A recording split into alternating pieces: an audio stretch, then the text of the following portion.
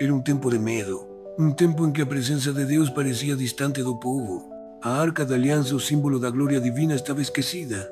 Longe de Jerusalém, havia quase 20 anos. Mas um homem simples, estava prestes a viver algo que mudaria sua história para sempre.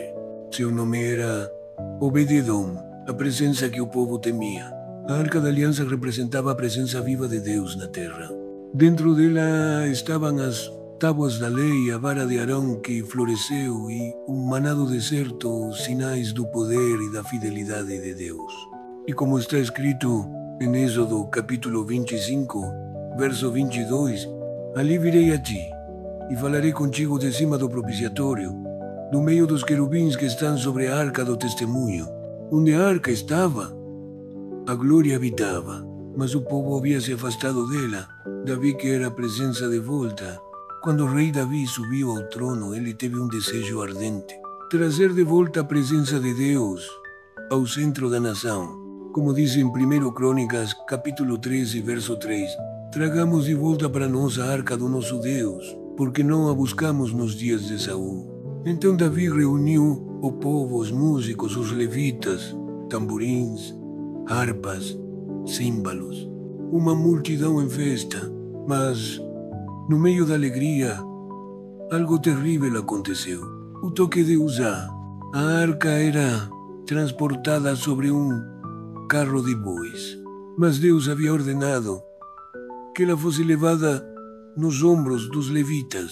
De repente, os bois tropeçaram e Uzá, querendo proteger a arca, estendeu a mão. O céu se calou. O poder de Deus se manifestou. E Uzá caiu morto diante de todos. Em 2 Samuel, capítulo 6, verso 7, está escrito: então a ira do Senhor se acendeu contra Uzá, e Deus o feriu ali por causa do seu erro, e morreu junto à arca de Deus. O medo tomou conta. O povo se afastou. Até o rei Davi temeu e disse: como trarei a mim a arca do Senhor? 2 Samuel, capítulo 6, verso 9. E foi nesse momento que a história de Obed-Edom começou. A casa de um homem comum.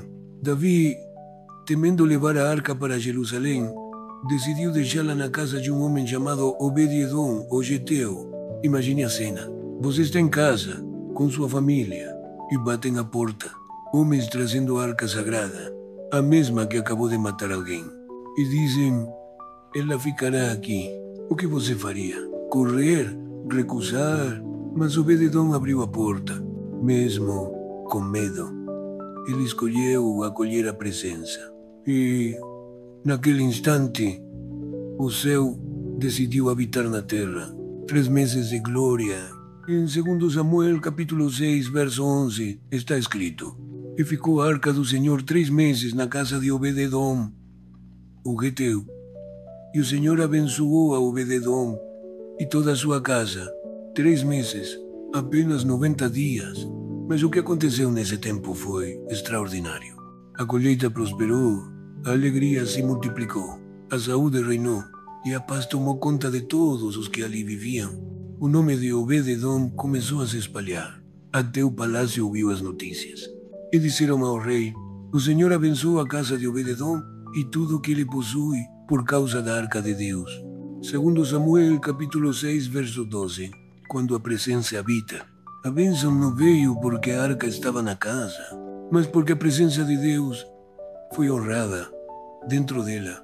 Obed-Edom adorava, servia e reverenciava o Deus vivo com amor e temor. E como disse Jesus em Evangelho de João, capítulo 14, verso 23, se alguém me ama, guardará a minha palavra, e meu Pai o amará, e viremos para ele e faremos nele morada. A presença de Deus não visita, ela permanece, onde é bem-vinda. Obed-Edom decide seguir a presença. Quando a arca foi levada para Jerusalém, Obed-Edom poderia ter ficado em casa. Mas ele não quis viver sem a presença. Ele seguiu a arca e passou a servir no templo. Em 1 Crônicas, capítulo 15, ele aparece entre os que cantavam e tocavam diante do Senhor. E em 1 Crônicas, capítulo 26, verso 8, está escrito: todos estes foram filhos de Obed-Edom, homens valentes e fortes para o serviço. 62 de Obed-Edom, a presença que abençoa sua casa. Também abençoa a sua descendência. Lição para nós hoje. A história de Obed-Edom é mais do que um relato antigo. É um chamado para nós hoje.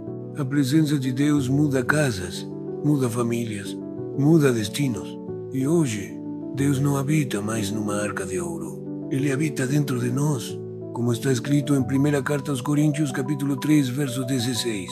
Não sabeis vós que sois o templo de Deus e que o Espírito de Deus habita em vós? Você é o templo. Sua casa pode ser o altar e sua vida, o lugar onde Deus decide habitar. Quando Deus entra, a morte sai. Quando a presença chega, as trevas fogem.